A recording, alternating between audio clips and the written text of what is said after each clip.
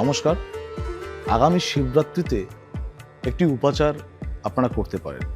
সেটি হলো, আমরা নানাবিধভাবে নানান রকমভাবে কিন্তু অনেক মনঃকষ্টে কিন্তু ভুগি। কিছু না পাওয়া জিনিস যখন আমাদের সাথে না ঘটে, আমরা যখন না পাই, তখন কিন্তু অনেক রকমভাবে মানসিক কষ্ট পাই। সেটা দাম্পত্য ক্ষেত্রে হতে পারে, সেটা কোনো পার্থিব বস্তু পাওয়ার ক্ষেত্রে হতে পারে, কর্মপ্রাপ্তির ক্ষেত্রে হতে পারে, যে কোনো ধরনের মনোকষ্ট কিন্তু হতে পারে। কি করবেন?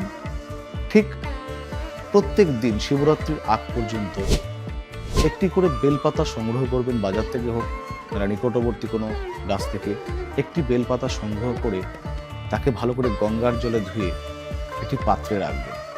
এরকমভাবে শিবরাত্রি পর্যন্ত যতগুলো দিন থাকে ততগুলো বেলপাতা সংগ্রহ করে শিবরাত্রির দিন সমগ্র বেলপাতা শিবের মস্তকে দান করুন এবং নিজের মনস্কামনা জানান। দেখবেন প্রাপ্তি ঘটছে।